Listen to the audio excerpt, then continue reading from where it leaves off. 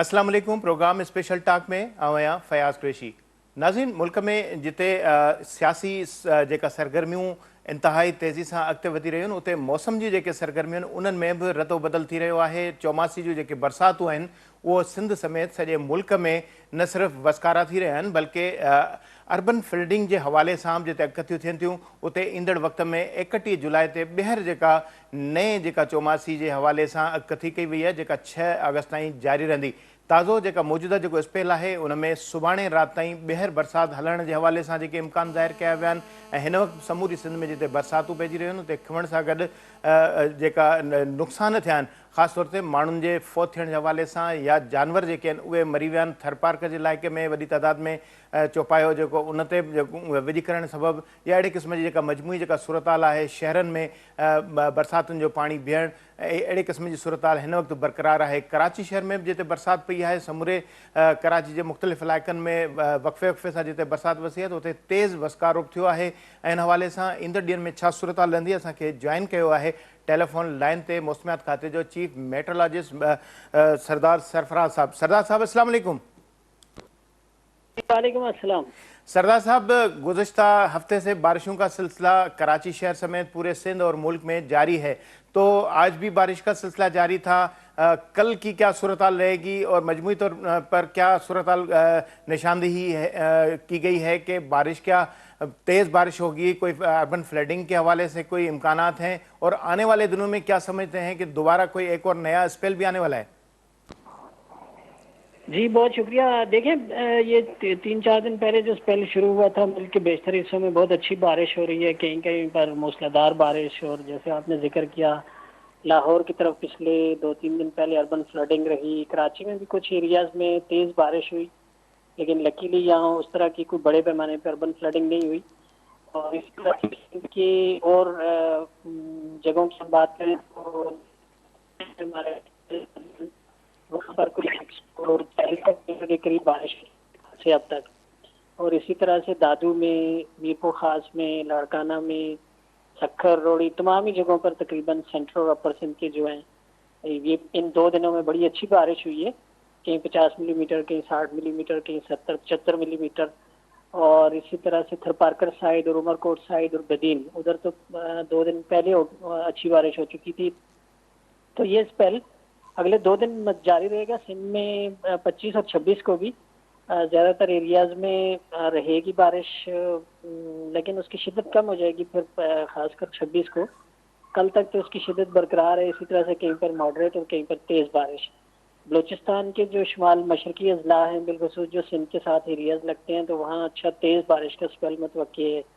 और पहले भी वहाँ पर एक तरह से फ्लैश फ्लडिंग, पहाड़ी इलाकों में पानी रेलों की सूरत में जो बह के आता है, तो उसका खदशा है कि कंबर शदाद कोट की तरफ, दादू की तरफ कुछ एरियाज में पानी वहाँ से मजीद दाखिल हो सकता है, जामशोरो डिस्ट्रिक्ट में खासकर, क्योंकि कीरथर के साथ जो डिस्ट्रिक्ट हैं खुजदार और लसबेला और ऊपर सिब्बी, कोलू, उन एरियाज में पिछले 3-4 दिन से बारिश होते वक्फे से चल रही है और अगले 3 दिन एटलीस्ट वहाँ पर और भी जारी रहेगी बारिश। इसी तरह पंजाब और केपी और कश्मीर, गिलगित बल्तिस्तान, उधर तो अगले 4 दिन तक एटलीस्ट ये स्पेल जारी रहेगा। अच्छा सरदार साहब, जिस तरह ज़ाहिर है अब ये एक पहाड़ी सिलसिला जो होता है उनसे जो पानी की आमद होती है उससे बिलखुसूस जो सिंध का जो इलाका कंबर शहदाद कोट से लेकर दादू, जामशोरो, ये तमाम इलाके गुज़श्ता साल भी जो है वो डूबे थे, अर्बन फ्लडिंग हुई। तो इस तरह इस वक्त जो बारिशें चल रही हैं उसमें कोई इस तरह का इम्कान है कि इतना पानी हो फिर दोबारा जो है लोगों को मुतासर कर सके? देखिए, उतना खैर पिछले साल जितना तो खदशा या खतरा नहीं है, इस वजह से कि पिछले साल आपको याद होगा मुसलसल 2 महीने बारिशें चली थी, जुलाई में भी और अगस्त में भी, बीच में बहुत कम ब्रेक्स या गैप आए थे। तो इस वजह से वो पानी बहुत ज़्यादा ज़ाहिर है जमा होकर नीचे सिंध की तरफ आता रहा था। अब ये जो स्पेल है इसमें यानी अगले जो 2 दिन है, आज का दिन और अगले 2 दिन, इसमें कुछ एरियाज में आ सकता है जो वहाँ के दादू डिस्ट्रिक्ट और ख़ासकर कंबर शदाद कोट डिस्ट्रिक्ट या जो बलूचिस्तान के उस तरफ से पानी इन एरियाज में आ जाता है, और जामशोरो भी किसी हद तक। तो इन 3 डिस्ट्रिक्ट्स में कुछ ना कुछ पानी वहाँ से आ सकता है, क्योंकि वहाँ तेज़ बारिश का स्पेल अगले 2 दिन रहेगा। लेकिन उस तरह की बहुत बड़े पैमाने पर सैलाबी रेलें जैसे पिछले साल آ رہے تھے مسلسل، اس طرح کی کیفیت نہیں ہوگی۔ اچھا اچھا سردار صاحب، این سی او سی کا بھی اجلاس ہوا ہے، این ڈی ایم اے کے انچارج چیئرمین نے انہوں نے اجلاس کیا ہے، تو آنے والے دنوں میں 31 جولائی سے لے کر 6 اگست تک پھر دوبارہ ایک اور جو مونسون کا جو اسپیل ہے اس کے حوالے سے بھی جو پیشگوئی کی گئی ہے، تو اس سلسلے میں کیا سمجھتے ہیں کہ ملک کے بالائی علاقوں میں پھر اس کے بعد پھر نیچے آئیں سندھ میں، تو اس برسات کی جو پوزیشن کیا ہوگی، اس میں بھی کوئی امکان ہے؟ کیونکہ یہ نشاندہی کی گئی ہے کہ مشنری جو ہے وہ تیار رکھی جائے، الرٹ رہا جائے، تو اس طرح کوئی ایسا آنے والے دنوں میں بھی کوئی امکان ہے؟ دیکھیں ظاہر ہے مونسون چل رہا ہے اس وقت، ایکٹیو فیز میں ہے، اور اگست کے پہلے ہفتے تک یہ کم و بیش کچھ وقفوں کے ساتھ ایک دو دنوں 2-3 دن کے وقفے کے ساتھ دوبارہ مطلب ایک طرح سے ایکٹیو ہی رہے گا۔ تو جو احتیاطی تدابیر کے طور پہ تو ٹھیک ہے، وہ انہوں نے کہا ہوگا، لیکن یہ جو اسپیل ہے یہ 30 یا 31 تک، یعنی زیادہ سے زیادہ 30 تک کچھ ایریاز میں، 29 تک کچھ ایریاز میں، 30 تک شمالی علاقہ جات کی بات کر رہا ہوں۔ سندھ صحیح۔ پہ سے تو 26 کے بعد یہ تقریباً ختم ہو جائے گا، پھر ہلکی پھلکی بارش کہیں اکا دکا جگہوں پر کوئی درمیانی ہو جائے یا ہلکی ہو جائے، تو اگست کے پہلے ہفتے تک امکان یہی ہے، انلیس کہ کوئی اس طرح کی سچویشن دوبارہ نہ ڈیولپ ہو جائے، تو سندھ میں آگے کوئی اتنا تیز بارشوں کا اسپیل نہیں ہے اگست کے پہلے ہفتے تک ایٹ لیسٹ۔ اور اسی طرح سے بلوچستان کے بھی جو بیشتر ایریاز ہیں جنوبی، ان میں بھی کوئی اتنا بہت زیادہ نہیں ہے۔ یہ جو اسپیل چل رہا ہے یہ تو اگلے 3 دن تک چلے گا، لیکن اس کے بعد کی میں بات کر رہا ہوں۔ اچھا البتہ پنجاب اور کے پی اور کشمیر اور گلگت بلتستان، وہ جو چاروں ریجنز ہیں، ان میں یہ اسپیل 29 یا 30 تک چلے گا، اور پھر 2 اگست کے بعد میرا خیال میں کوئی جس میں بریک آ جائے گی، کوئی ایک آدھ کچھ کم از کم 4-5 دن کی کوئی بریک سے مراد یہ کہ بہت کوئی ہیوی یا سگنیفیکنٹ بارش کا پھر پورے ملک میں ہی امکان کم ہوگا۔ فی الحال تک کی کنڈیشن یہ ہیں، ہاں کچھ اس میں تبدیلی آ جائے تو الگ بات ہے۔ اچھا سردار صاحب، تربیلا اور منگلا کے حوالے سے بھی بتایا گیا ہے کہ کوئی 70% کے قریب وہ بڑھ چکے ہیں، تو آنے والے دنوں میں بھارت کی جانب سے جو ہے پونگو اور تھین جو ڈیم ہے وہ بھی ان کے بھی جو ڈیم ہیں وہ فل ہو گئے ہیں، تو وہاں سے کوئی آبی جارحیت اور اس طرح کے کوئی امکانات، کوئی خدشات ہیں؟ اور کہا جا رہا ہے کہ جو راوی ہے اس میں خدشات ہیں کہ پانی بھر جائے، کچا جو ہے ان کا وہ فل اپ ہو جائے، ان کے نقصانات کے حوالے سے بھی نشاندہی کی گئی ہے، تو ایسی کوئی صورتحال دیکھ رہے ہیں کہ آنے والے دنوں میں کوئی بھارت کی جانب سے پھر دوبارہ پانی چھوڑا جائے تو پھر ہمارے ڈیم بھی فل ہیں، تو اس وجہ سے کوئی نقصان کے کوئی امکانات تو نہیں؟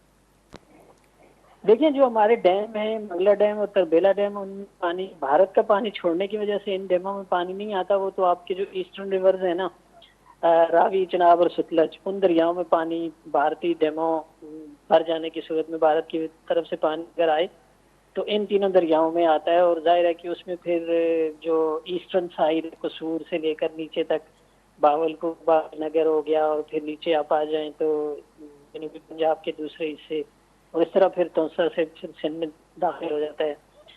تو فی الحال تو کوئی اتنی بہت ہیوی اسپیل جو یہ جو آن گوئنگ اسپیل ہے یہ بھارتی سائڈ پہ بھی ایسے ہی ہے، صحیح۔ وقفے وقفے سے ہے، اس میں کوئی بہت شدت نہیں ہے کہ وہ فوری طور پہ پانی چھوڑ دیں۔ میرا نہیں خیال کہ جولائی کے اینڈ تک تو کوئی اس طرح کی صورتحال نہیں ہوگی ہوپ فلی، کیونکہ اس طرف بھی کوئی بہت زیادہ ہیوی اسپیل بارشوں کا ماڈریٹ اسپیل ہے، اور کسی کسی جگہ پر ہیوی ہے، لیکن اس طرح کا اتنا شدت والا نہیں ہے جیسے کہ پچھلا اسپیل تھا۔ پچھلا اسپیل جو 5 جولائی سے لے کے کوئی 10-11 جولائی تک رہا تھا، اس میں ان کے ایریاز میں بہت زیادہ تیز بارش ہوئی تھی، اور ظاہر ہے اس کی وجہ سے خدشہ تھا کہ سیلاب آ جائے گا، اور آپ نے نوٹ کیا ہوگا کہ قصور اور کچھ نارووال، سیالکوٹ وغیرہ کے ایریاز جو تھے وہ زیر آب آ بھی گئے تھے کچھ زیادہ۔ تو ابھی اس اسپیل کے نتیجے میں کوئی اتنا بہت زیادہ اس طرح کا شدید خطرہ نہیں ہے۔ اچھا سردار صاحب، ظاہر ہے اب مونسون کا جو سلسلہ چل بھی رہا ہے، آنے والے دنوں میں بھی کچھ ہلکی یا تیز بارشیں یقیناً امکان ہے، تو جو گرمی کی جو شدت ہے اس میں کیا محسوس کر رہے ہیں کہ اس میں ابھی کمی محسوس ہوگی، یا کہ پھر دوبارہ کوئی اس طرح ٹیمپریچر بڑھنے کے کوئی امکانات ہیں؟ دوسرے ساتھ ہی ساتھ یہ اس وقت جو کھجور کا جو فصل ہے، خاص طور پر خیرپور کا جو علاقہ ہے وہاں فصل اتر رہا ہے، تو اس فصل کے حوالے سے کیا نشاندہی کریں گے کہ ان کو بھی کوئی امکانات ہیں نقصان کے؟ دیکھیں خیرپور میں آج بھی اچھی بارش ہوئی ہے، میرے خیال میں کوئی 30 ملی میٹر کے آس پاس کتنی ہوئی ہے، تو اب یہ تو میں زراعت کا ایکسپرٹ نہیں ہوں، مجھے نہیں اندازہ کہ جی کتنی نقصان دہ ہوگی، لیکن یہ مسلسل اگر اسپیل چلتا جیسے کہ پچھلے سال हाँ, तो उसमें वो उस फसल को बहुत नुकसान हुआ था। तो इस दफ़ा फॉर्चुनेटली या लकीली ये है कि ये स्पेल जो एक पहले हुआ सिंध में इतना ज़्यादा वो नहीं बरसा, लेकिन इस स्पेल के नतीजे में सिंध के काफ़ी एरियाज़ में अच्छी बारिश हुई है, तो ये लकीली परसों सब साइड कर जाएगा और उसके बाद आगे फिर गैप होगा। तो उम्मीद है कि उसमें जो है ना फसल वसल जो उनकी उतर रही है तो वो रिकवर हो जाएगी, इतना कोई बहुत ज़्यादा नुकसान नहीं होगा। बाकी टेम्परेचर की बात आपने पूछी, तो जाहिर है कि जब बारिशों का स्पेल चल रहा हो तो उस वक्त टेम्परेचर से दिन के टेम्परेचर भी रात के भी कुछ नीचे आ जाते हैं, 2 से 4 डिग्री सेंटीग्रेड तक उनमें कमी आ जाती है, लेकिन उसके बाद जब ड्राई स्पेल चलता है तो फिर दोबारा से बढ़ जाते हैं। तो अगस्त के पहले हफ्ते से फिर दोबारा टेम्परेचर बढ़ सकते हैं, गर्मी की शिदत में इजाफा हो सकता है। ठीक है, बहुत बहुत शुक्रिया सरदार सरफराज साहब ॿुधाए रहियो असांखे त ईंदड़ ॾींहंनि में ज़ाहिर जिते बरसाति जो सिलसिलो जारी आहे त उते ज़ाहिर ॾींहुं या राति में जुड़ वारी जेका सूरत हाल थिए थी त उन में ज़ाहिर मौसम जो जेको टेम्परेचर आहे उहो घटि थिए थो ऐं मौसम बहितर महसूसु थींदी आहे। पर जीअं ई बरसाति जो सिलसिलो रुकबो त वधीक जेको टेम्परेचर जेको आहे ॿीहर जेको ज़ाहिर थियण जे हवाले सां कुझु इम्कान आहिनि। तहिड़े हवाले सां जिते ज़ाहिर मौसम आहे, मौसम में तब्दीली चौमासी जे सिलसिले में हलंदी रहंदी आहे। सेप्टेंबर खां पोइ अक्टूबर ताईं जेको इहो सिलसिलो जारी रहंदो आहे। त हिन वक़्तु ज़ाहिर जुलाई जी पछाड़ी आहे, अगस्त सेप्टेंबर 70-75 ॾींहं जे क़रीब लॻभॻि अञा बि पुठिते रहनि था। जेका गर्मी जी जेका मौसम बरक़रार रहंदी, ज़ाहिर गर्मी ई फसल जा जेके वाद विज जो सबबु बणिजंदी आहे त इहा जिते गर्मी रहंदी त फसल जेके उहे बहितर न सिर्फ़ु परवान चढ़ंदा बल्कि उन्हनि जी जेका वाद विज बि थींदी आहे, बरसाति उन्हनि जे लाइ बहितरी थींदी आहे। बल्कि हिन वक़्तु जेको ख़ैरपुर जे पासे जिते खजूर जो जेको फसल आहे उन में हिन वक़्तु जेको बरसाति जेका मौजूदा जेको स्पेल में वसी आहे त उन हिसाब सां मौसमियात खाते जो ज़ाहिर इहो चवणु आहे त एॾी का ख़ासि बरसाति न आहे जेको नुक़सानु थिए। बहरहाल बरसाति आहे, नुक़सान बि थींदा आहिनि फसलनि जा। गुज़िरियल साल खजी जे फसल जे जेके आबादगार आहिनि उन्हनि न सिर्फ़ु नुक़सान बर्दाश्त कया आहिनि बल्कि जेका सूरत हाल रही उन में ओवरऑल सॼी सिंध जा जेके आबादगार आहिनि उन्हनि नुक़सान बि सठो आहे। ईंदड़ ॾींहंनि में जेका बरसाति जेका अॻु थी आहे उन में एतिरी शिदत या अहिड़े क़िस्म जी अञा ताईं का निशानदेही न आहे। त इहा ख़ुशख़बरी आहे सिंध जे आबादगारनि जे लाइ ऐं मौसम जे हवाले सां त फसल जेके आहिनि उहे नुक़सान खां बचंदा। ज़ाहिर महांगाई बि आहे, माण्हुनि जे लाइ मसइला बि आहिनि। वक़्तु ब्रेक जो ब्रेक खां पोइ वठंदासीं ऐवान ज़रात जे या आबादगारनि जे नुमाइंदनि खे लाइन ते, जीअं जेका सिंध में ईंदड़ ॾींहंनि में जेके फसलनि जी जेका पोखाई आहे उनजी छा सूरत हाल रहंदी, छा ॿीहर को ॿोॾि या नुक़सान जे हवाले सां अहिड़े क़िस्म जी का उन्हनि खे ख़दशा आहिनि। सिंध हुकूमत पारां कोशिशि कई पई थी वञे त आबादगारनि खे जेको ॿिज ऐं भाण जे मद में रक़म ॾिनी वञे, अहिड़ी तरह सां जिन जा घर ढही विया त उन्हनि खे बि जेका रक़म मुंतक़िल कई वई या घर ठहण जो सिलसिलो जेको आहे उनजी शुरूआति कई वई आहे। त इन समूरनि मामलनि ते वठंदासीं कंहिं आबादगार खे। वठूं था शॉर्ट ब्रेक।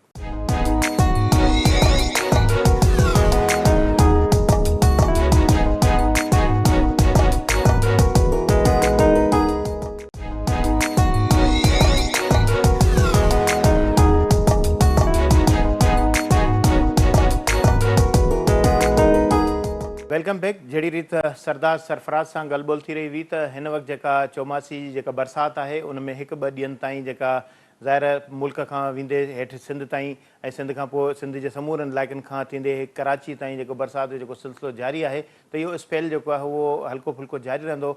जहिड़ी रीति निशानदेही की सरदार सरफराज त जेको कोहे सलेमान या पंजाब जे इलाइक़नि खां जेको पाणी ईंदो त उहो पाणी उहो सिंध में सिंध जे इलाइक़नि में जिते दाख़िल थींदो त उते इम्कानु आहे त हल्को फुल्को माण्हुनि जो फसलनि जो या आबादी जेका आहे उनजो नुक़सानु थिए। पर एॾो वॾो को होली थोली जेको अहिड़ी निशानदेही न आहे कई बि।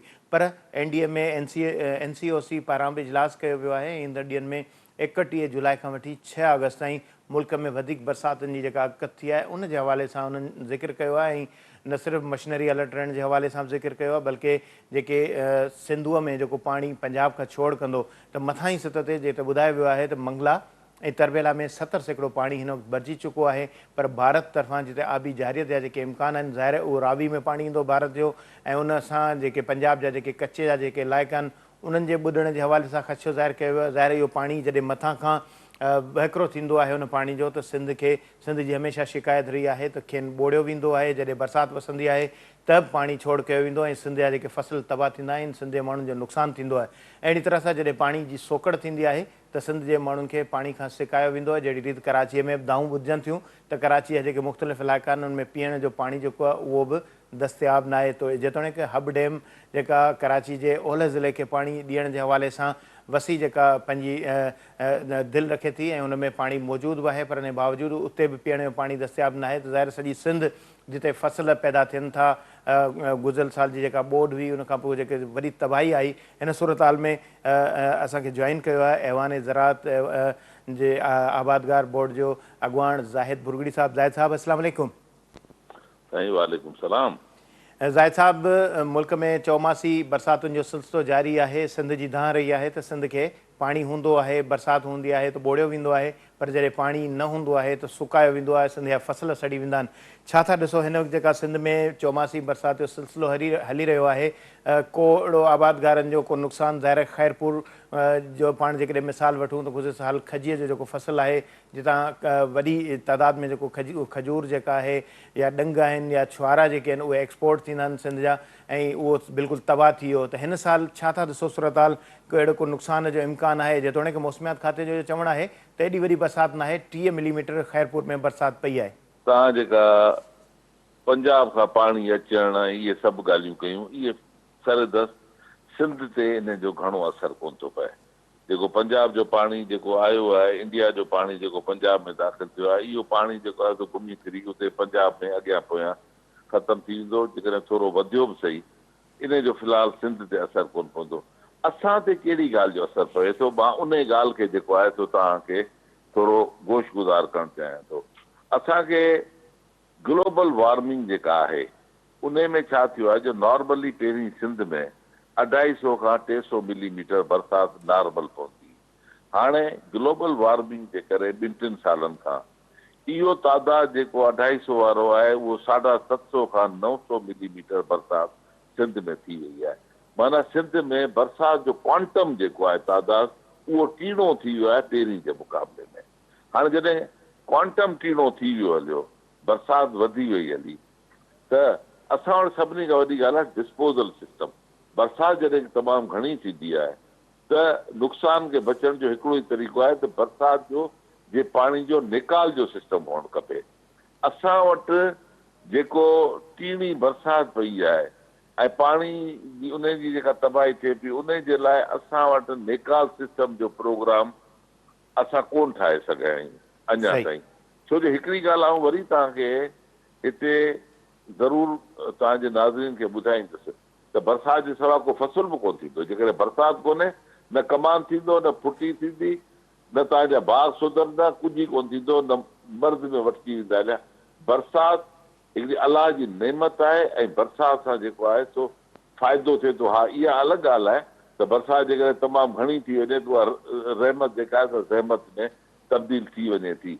पर एज़ ऑफ टुडे, अॼु 24 जुलाई ताईं, हिन वक़्तु जेॾी महिल पाण 7 बजे शाम जो ॻाल्हायूं पिया, अञा ताईं पाण खे एॾो वॾो को ख़ासि बरसाति जो अञा ताईं फ़ाइदो ई फ़ाइदो ॾिसण में आयो आहे, नुक़सानु कोन थियो आहे। पहिरीं ॻाल्हि त कुझु 3 इलाइक़नि में पाणी जी शार्टेज हुई, उन शार्टेज में जेको ही बरसाति पई आहे उहा अॼु ताईं बरसाति फ़ाइदेमंद आहे। हा, हाणे जेकॾहिं अॼु खां पोइ जीअं तव्हां ॿुधायो त वरी जेको आहे सो 31 खां 4 तारीख़ जो ॿियो स्पेल अचे पियो। हा, जेकॾहिं उहो स्पेल थोरो वधी थो वञे त पोइ थी सघे थो त सारियुनि जे फसल खे ऐं ॻाढ़नि मिर्चनि में जेको चिली जो क्रॉप आहे उनखे नुक़सानु थिए ऐं खजूर जे फसल खे नुक़सानु थिए। छो जो मसइलो छा आहे, जो अञा ताईं पाण मॉडर्न फार्मिंग में कोन आया आहियूं। खजूर अञा ताईं जेको न आहे सो आसमान में सिज जे हेठियां सुकाइण वारो जेको सिलसिलो आहे उहो अञा ताईं पाण वटि जेको आहे 100 साल पुराणो जेको आहे सो उहो निज़ाम हले पियो। जॾहिं त दुनिया जे अंदरि ड्रायर सिस्टम अची विया आहिनि, तव्हां जेको आहे सो पंहिंजी ड्राई हिकिड़े पासे खजूर विझो ऐं ड्रायर अहिड़ो आहे जो कलाक खां पोइ हुनखे सुकाए ॿिए पासे विछाए छॾे थो। इन नमूने सां असांजे खैरपुर में जेको डेस्क जो इलाइक़ो आहे उते मॉडर्न टेक्निक, मॉडर्न टेक्नोलॉजी अचणु खपे, मॉडर्न ड्रायर सिस्टम अचणु खपनि। जेकॾहिं खजूरूं ईअं आसमान जे हेठियां पिया पाण सुकाईंदासीं, यकीननि हर साल बरसाति में थींदी, आबादगार खे हर साल नुक़सानु बि थींदो ऐं इन में खजूर ऐं छुआरे में इंडिया ठीकु आहे, अॻे इंडिया में वेंदो न, हाणे इंडिया में कोन थो वञे, पर वरी बि केयर ऑफ दुबई ऐं ॿियनि जाइनि ते इंडिया में पाकिस्तानी छुआरो वञे पियो। ऐं इहो हिकिड़ो पाण जो एक्सपोर्ट आइटम आहे जंहिंमां पाण ज़र मुबादला या गैर मुल्की नाणो कमायूं था। गवर्नमेंट खे या ॿी जेके बि इदारा आहिनि उन खे इहो जेको सुकाइण वारो खजूर जो जेको सिस्टम आहे इन खे मॉडर्नाइज़ करणु खपे। हीउ जेको ॿाहिरि जेको आसमान जे हेठि सुकाइण जो सिस्टम आहे, हर साल नुक़सानु थिए थो, उन खां पाण खे बचणु खपे। हिकिड़ी ॻाल्हि। ॿी ॻाल्हि, मां वरी पंहिंजे हिकिड़े पॉइंट ते साॻिए ते अचां थो त नॉर्मल जॾहिं सिंध में 250 खां 300 मिलीमीटर बरसाति थी त पंहिंजो ड्रेनेज सिस्टम उन जे मुताबिक़ ठहियलु आहे।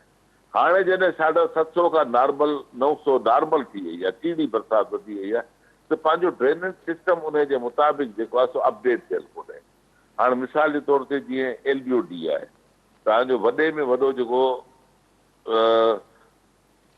बरसाती पाणी या जेको बि गैर ज़रूरी पाणी कढण जो जेको सिस्टम आहे, ड्रेनेज करण जो जेको सिस्टम आहे, उहो तव्हांजी MM ड्रेन आहे, पुराण आहे, तव्हांजी ईअं अनेक ड्रेन्स आहिनि, जिसकानी सिम नालो आहे, ॿी आहिनि तव्हां जेके सिम नाला आहिनि, उन्हनि जे अंदरि छा थियो आहे जो उन्हनि ते एडुकेट बराबरि बरसाति जी मुनासिबत जे हिसाब सां उन ते कमु कोन थियो आहे। जीअं मिसाल जे तौर ते LBOD वॾे में वॾो सिस्टम आहे, उन में उहो सिस्टम जेको आहे सो 4800 क्यूसिक जो ठहियलु हो, छो जो उहो 4800 क्यूसिक कैरी करे सघे थो, इन खां मथे कैरी नथो करे सघे। पर बहरहाल हिननि मूंखे चवण में को बि हिन में शर्म कोन्हे। हो त चीफ इंजीनियर हो, पोइ साल LBOD में ज़रीफ़ केड़ो साहब जेको हींअर सेक्रेटरी आहे, उन अनथक कोशिशि कई, उनजी महिनतूं हुयूं, जे स्टाफ जूं महिनतूं हुयूं। 48,000 क्यूसिक वारी LBOD 11,000 क्यूसिक पाणी क्रॉस कराए वई हली।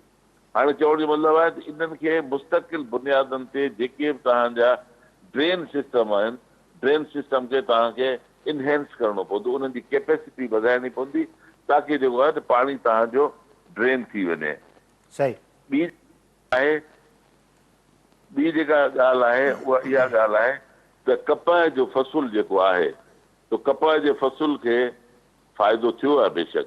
हाणे जेकॾहिं बरसाति वधीक पई त नुक़सान बि थींदो, पर अफ़सोस जी ॻाल्हि इहा आहे त जेका कॉटन माफ़िया आहे, जेके ही मिल ओनर्स आहिनि, या ही जेको हिकिड़ो बदमाश टोलो जेको वेठो आहे, उन बरसाति जे बहाने सां 8,500 रुपया ऑफिशियल प्राइस कपह जी आहे, उहा किराए 5,000 रुपया करे छॾी आहे। आबादगारनि खे ॿिन्हिनि हथनि सां लुटियो वञे थो। हीअ जेके सिस्टम में जेके फ्लॉ आहिनि न, इन सिस्टम जे फ्लॉ ते गवर्नमेंट खे तमामु घणो ध्यानु ॾियणो पवंदो। गवर्नमेंट खे आयरन हैंड सां इन्हनि सभिनी शयुनि खे ॾिसणो पवंदो, न त आबादगार ईअं ई थो फुरबो ऐं ईअं ई थो लुटबो। हिकिड़ी ॻाल्हि। ॿी ॻाल्हि इहा आहे त जेकी बरसाति जो हिकिड़ो वार्निंग सिस्टम हूंदो आहे, दुनिया में हिकिड़ो वार्निंग सिस्टम हूंदो आहे, उहो हिकिड़ो मेट डिपार्टमेंट हूंदो आहे, जीअं पाण वटि मेट डिपार्टमेंट आहे। हाणे हींअर त तव्हां जेकॾहिं थोरो व्हाट्सअप खोलियो त पंजाब मेट डिपार्टमेंट अचे, हर को माण्हू जेको आहे हींअर मौसम जो एक्सपर्ट थियो वेठो आहे। तव्हां ॾिसो त 50 माण्हू 50 ॻाल्हियूं कनि पिया, जॾहिं त गवर्नमेंट खे इहे सभु शयूं ख़तमु करे हिकिड़ो सिस्टम ठाहिणु खपे नेट जो, जंहिंमें हर इलाइक़े में केतिरी बरसाति पवंदी उन जी आगाही थियणु खपे, ताकी आबादगार उन इलाइक़े जो उन जी तयारी करे। जेकॾहिं बरसाति वधीक आहे त उनजो उन्हनि खे इंफॉर्मेशन उन्हनि खे मिलणु खपे। ऐं असांखे हाणे पंहिंजो पाण खे ग्लोबल वार्मिंग जे तहत पंहिंजो पाण खे तयारु करणो पवंदो। तव्हां शायदि 2 टे ॾींहं पहिरीं तव्हांजे TV में आयो हूंदो त ऑस्ट्रेलिया में हिन साल एतिरी गर्मी पई आहे, जेको हू चवंदा तारीख़ में कॾहिं एतिरी गर्मी कोन पई आहे। हुते पहिरें दफ़ा गर्मी खां माण्हू आहे। हाणे वेदर जी जेका सॼी दुनिया जे अंदरि वेदर चेंज पियो थिए, जंहिं इलाइक़नि में अॻे जेको आहे त बर्फ़ ॼमंदी, उते माण्हू गर्मी मां मरनि पिया। जिते अॻे जंहिं थर पार्कर में तव्हांखे यादि हूंदा, थरनि जा गाना रुगो बरसाति हूंदा। पोइ साल मिठी में, नगर पार्कर में ऐं इन्हनि जायुनि ते ॿेड़ियूं हलियूं आहिनि। हा, जॾहिं हाणे ॿेड़ियूं हलनि पियूं, उन लाइ पाण खे छा करणु खपे? पाण खे इहो पाणी स्टोरेज करणु खपे। जॾहिं पाण वटि को एक्स्ट्रा पाणी अचे थो, जेकॾहिं बरसाति पाण वटि टीणी थी वई आहे, इन पाणी खे पाण शहर ॿोड़ण या माण्हुनि खे बर्बादु करण खां बजाए जेकॾहिं इन जो पाण हिकिड़ो निज़ाम ठाहियूं त इहो पाणी जेकॾहिं स्टोर थी वञे ऐं तकिड़ा तकिड़ा पाण डेम ठाहे छॾियूं। थरपारकर जे अंदरि आउं चवां थो डेमनि जो हिकिड़ो ॼार पाण खे विछाइणु खपे। घटि में घटि जेकॾहिं पाण 50 डेम ठाहे वञूं थरपारकर में, थरपारकर सॼो साल आबाद लॻो पियो हूंदो, थर खे ज़रूरत ई कोन्हे थर जे माण्हुनि खे ॿिए पासे धिका खाइनि। उहे उते ई पाणी हुनजो स्टोर थी वेंदो सॼो साल, उहे डेम हुननि खे पाणी पिया ॾींदा। भई चवण जो मतिलबु त जीअं ग्लोबल वार्मिंग में जीअं ई बरसाति वधी आहे, उन जे हिसाब सां पाण खे जेको आहे त गवर्नमेंट खे उन हिसाब सां उपाउ वठणु खपनि, वधि में वधि डेम ठाहिणु खपनि, पाणी जे स्टोरेज जो बंदोबस्तु करणु खपे। ऐं ॿियो ड्रेनेज जो तमामु घणो हिन कमु करणो पए, छो जो जॾहिं बरसातूं हाणे त कुझु ई कोन्हे, अञा वधंदियूं जॾहिं ऑगस्ट सेप्टेंबर में एंड में छा थियो त LBOD उथली वेंदी, ख़बर पई पुराणो उछलिजी वियो, जुडो शहर ॿुधी वियो, मीरपुर खास शहर ॿुधी वियो, फलाणो शहर ॿुधी वियो, हीउ शहर ॿुधी वियो। इहे शयूं जेके थियनि थियूं, जेके बरसाति रहमत खां ज़हमत में तब्दील थिए थी, उहो सिर्फ़ु एडमिनिस्ट्रेशन जी लापरवाही ऐं नॉन प्लानिंग जे करे थिए थी, त पाण वटि प्लानिंग कोन्हे। हाणे आउं तव्हांखे वरी ॿुधायां थो त LBOD में जेके बॉटल नेक्स आहिनि, जेकॾहिं उहे बॉटल नेक्स पाण ख़तमु करे छॾियूं त मिसाल जे तौर ते काफ़ी अहिड़ी जायूं आहिनि जिन खे आउं आइडेंटिफाई करे सघां थो। मिसाल हिकिड़ो जेको आहे सो 305 RD खां हेठि 200 मुंहिंजो ख़्यालु आहे 92 या 93 RD ते हिकिड़ो होता जो वाटर वञे थो, जेको LBOD जे पाणी खे रोके थो। पाण उनखे ख़तमु करे जेकॾहिं पाए ॾियूं त उन जे करे पाणी जेको बैक करे थो उहो कोन कंदो, हिकिड़ी ॻाल्हि। ॿी ॻाल्हि जेको आहे सो अॻियां हेठि पाण खे साइफ़न लॻाइणा हुआ, जितां ही पाणी हेठि पुराण जो पाणी क्रॉस करे। हींअर छा थो थिए जो पुराण जो सॼो पाणी अचे थो LBOD में, LBOD जो जेको पाणी सिजोरे खां नवाबशाह खां 7 ज़िलनि जो पाणी खणी LBOD अचे थी, पुराण जो पाणी उनखे घस कोन थो अचे, जॾहिं घस कोन थो अचे उहो ओवरफ्लो थिए थो, मुल्क ॿोड़े थो, तबाही करे थो। इहे जेके शयूं आहिनि, इहे जेके बि बॉटल नेक्स आहिनि, उहे LBOD जूं बॉटल नेक्स ख़तमु थियणु खपनि। ऐं ॿियो ई शहर जेके ॿुधनि था, शहर जेके तबाह थियनि था, माण्हू ताईं अञा ताईं जेको आहे न पोएं साल जी तबाही जो अञा ताईं माण्हू सट कोन कई सघिया आहिनि, मथां ॿी बरसाति अची वई आहे। पाण खे उन हिसाब सां प्रिपरेशन करणु खपे। ग्लोबल वार्मिंग जी पाण खे तयारी करणु खपे, सॼी दुनिया ग्लोबल वार्मिंग जी तयारी करे पई, पाण खे बि तयारी करणु खपे। ऐं ॿी ॻाल्हि आउं वरी तव्हांखे चवंदुसि त जेके बि तव्हांजा ड्रेन आहिनि, तव्हांजी सिंध में आउं सम्झां थो 42-43 नंढियूं वॾियूं ड्रेन्स आहिनि, उन ड्रेन्स में खाटी नथी थिए, उन ड्रेन्स में कमु नथो थिए। रिज़ल्ट छा आहे जो हर का ड्रेन हर जाइ ते चोक लॻी पई आहे, जॾहिं बरसाति पवे थी उहा पाणी कोन थी कढे ऐं पाणी ॿोड़े थी। ही सभु एडमिनिस्ट्रेशन जा मसइला आहिनि। ऐवान ज़राअत सिंध असां हिननि खे गाइड कयो आहे, असां मज़ीद बि हिननि खे गाइड करण लाइ तयारु आहियूं। मां इहो चवां थो त इरिगेशन डिपार्टमेंट में असांजी जेका तबाही थी उहा DMG ग्रुप जा ऑफिसर आहे। ही पहिरियों जेको ऑफिसर आहे, जेको इरिगेशन जो ऑफिसर आयो आहे, ज़रीफ़ पेड़ो साहब सेक्रेटरी, असां उन मां मुतमइन आहियूं। पर इन खां पहिरीं जेके बि आहिनि उहे DMG ग्रुप जा, जेके किथे सेक्रेटरी आहे, किथे डिप्टी कमिश्नर आहे, उन्हनि खे तव्हां इरिगेशन सेक्रेटरी ठाहे छॾियो। उहे टेक्निकली साउंड कोन्हनि, उहे डिपार्टमेंट जा माण्हू खे उन्हनि खे इरिगेशन जी ख़बर कोन्हे। हाणे हिकिड़ो माण्हू जेको आहे डिप्टी कमिश्नर जेको DMG ग्रुप जो आहे या कमिश्नर आहे, उनखे तव्हां सेक्रेटरी इरिगेशन जो ठाहे छॾंदो, उनखे कहिड़ी ख़बर त कहिड़ो केनाल किथां ऑफटेक करे थो, कहिड़ो केनाल किथां ऑफटेक करे थो, पाणी जेकॾहिं वधंदो त उनखे छा करिणो पवंदो, किथे घारो पए थो कीअं कंदो, उनखे ॼाण ई कोन हूंदी, छो कि टेक्निकली। अच्छा ज़ाहिर साहब, ज़ाहिर हाणे इहो हिकिड़ो एडमिनिस्ट्रेशन जो मसइलो बि आहे। उते ज़ाहिर हिकिड़ो अहिड़ो माण्हू जेको ॼाण रखे थो, पहिरियों दफ़ा सेक्रेटरी सतह ताईं पहुतो आहे, त उन ते एतिराज़ बि हिकिड़े पासे थिया आहिनि। पर ॿिए पासे ॾिठो वञे त हिकिड़ी दावा कई वञे थी त सिंध में कणिक जो बम्पर फसल लथो, पर ताज़ो सिंध काबीना 2 लख जेका टन कणिक जेका आहे पास्को खां वठणु, वरी अहिड़ी तरह सां 5 लख टन जेका आहे कणिक इम्पोर्ट करण जे हवाले सां बि ॻाल्हि ॿोल कई आहे। जॾहिं असांजा पंहिंजा फसल बम्पर लथा आहिनि, पंहिंजूं कणिकूं जेके थियनि थियूं उहे ॾेई था छॾियूं ऐं असां वरी ॿाहिरां घुरायूं था, जंहिंजो मयार बि सुठो न आहे। अहिड़े तरीक़े सां जेकॾहिं पाण ॾिसूं त खंडु हिन वक़्तु उनजो रेट बि 160 ताईं वञी पहुतो आहे, बल्कि हिन खां मथे थी वियो आहे। अहिड़ी तरह सां बाण बि महांगो थी वियो आहे। त हाणे इहे समूरा मसइला आहिनि। अॻिमें सिंध जो आबादगार गुज़िरियल साल जी ॿोॾि में तबाह बर्बाद थी वियो, 5000 एकड़ बाण जे मद में खेनि मदद मिली। हाणे 5000 जी मदद 4000 जी जेकॾहिं ॿोरी जेकॾहिं कंहिंखे मिलंदी त उहो किथां बैलेंस करे सघंदो, त उहो आबादगार जेको उन जे मथां ॿीहर टैक्स लॻाइण जी ॻाल्हि ॿोल कई थी वञे त ज़रई टैक्स वसूल कयो वञे, त पोइ आख़िर इहो समूरो जेको मामिलो आहे आख़िर किथे दंग कंदो जिते असांजा अघ बि ज़ाब्ते में न आहिनि, मिडिल मैन जेको ॿी माफ़िया आहे उहा कमाए थी। साईं मां पहिरीं तव्हांखे ॻाल्हि कयां, जॾहिं तव्हां आबादगार या गिरोवर जी ॻाल्हि कयो था त तव्हां सिंध जी देही 72% आवाम जी ॻाल्हि कयो था। पहिरीं ॻाल्हि त तव्हांजा ग़लतफ़हमी दूर करे छॾियां त पोएं साल को बि कणिक जो फ़सुलु बम्पर कोन थियो आहे। जेको बि चवे थो कणिक जो फ़सुलु बम्पर थियो आहे उहो ग़लति ॻाल्हि करे थो। कणिक जेका आहे सा नॉर्मली असां वटि 11,80,000 हेक्टर ते पोखी वञे थी। पोएं साल त असां वटि जेका आहे कणिक जी पोखी थी 7-7.5 लख हेक्टर ते थी आहे। कणिक जेका आहे सा तक़रीबन 30% घटि पोखी थी आहे, छो जो सिंध तक़रीबन 40% ॿुॾो पियो हो, त कणिक किथां बम्पर थी वई हली। किथे बि टारगेट पूरो कोन थियो आहे, कणिक जो कंहिं बि सेंटर ते टारगेट पूरो कोन थियो आहे। त पहिरीं ॻाल्हि जेका इहा ग़लति परसेप्शन आहे त बम्पर ख़राब थी वियो जो कणिक जो, मां उनखे रिफ्यूट थो कयां, मां उनखे डिनाए थो कयां। पोएं साल कणिक जो को बम्पर ख़राब कोन थियो आहे। नॉर्मली पाण वटि जेको आहे सो 46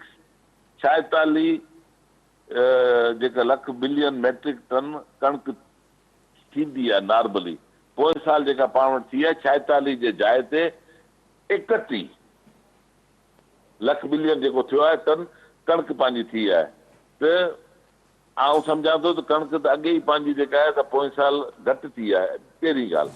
ॿी ॻाल्हि, तव्हां आए ॾींहुं जेको आहे सो अख़बार में सोशल मीडिया ते ॾिसो पिया लखनि जी तादाद में गाॾियूं ऐं ट्राला वञनि पिया खंडु खणी ऐं फर्टिलाइज़र खणी अफ़गानिस्तान, ऐं उतां वापसी में डीज़ल खणी भॼनि। तव्हां छा पर पाकिस्तान जे सिंध जे हर माण्हू ॾिसे वेठो सोशल मीडिया ते। बॉर्डर जेकॾहिं एतिरो ओपन आहे जिथे स्मगलिंग खुलेआम हले पई, बाण खुलेआम वञे पियो, त पोइ इहा बर्बादी थियणी आहे। छो जो हिन टाइम ते पोज़ीशन इहा आहे जो बाण जो यूरिया जो रेट हींअर 4,000 रुपया ब्लैक में हले पियो। छा आहे, यूरिया सॼो अफ़गानिस्तान वञे पियो। खंड जो रेट इन करे मथे थी वियो जो खंड सॼी अफ़गानिस्तान स्मगल पई थिए। त ॾिसो, जेसि ताईं तव्हां पंहिंजे गिरोवर खे मार्केट जे मुताबिक़ क़ीमत कोन ॾींदा, शयूं ईअं ई स्मगल थींदियूं। ठीकु आहे ज़ाहिद साहब, वॾी महिरबानी। असल में प्रोग्राम जो वक़्तु तमामु घटि आहे, न त हिन सवाल खे वधीक माण्हू एक्सप्लॉइट करे सघे थो ऐं हिन हवाले सां वधीक ॻाल्हाए सघे थो। बहरहाल प्रोग्राम जो वक़्तु पुॼाणी थो पहुतो। इजाज़त ॾींदा, अल्लाह भाई।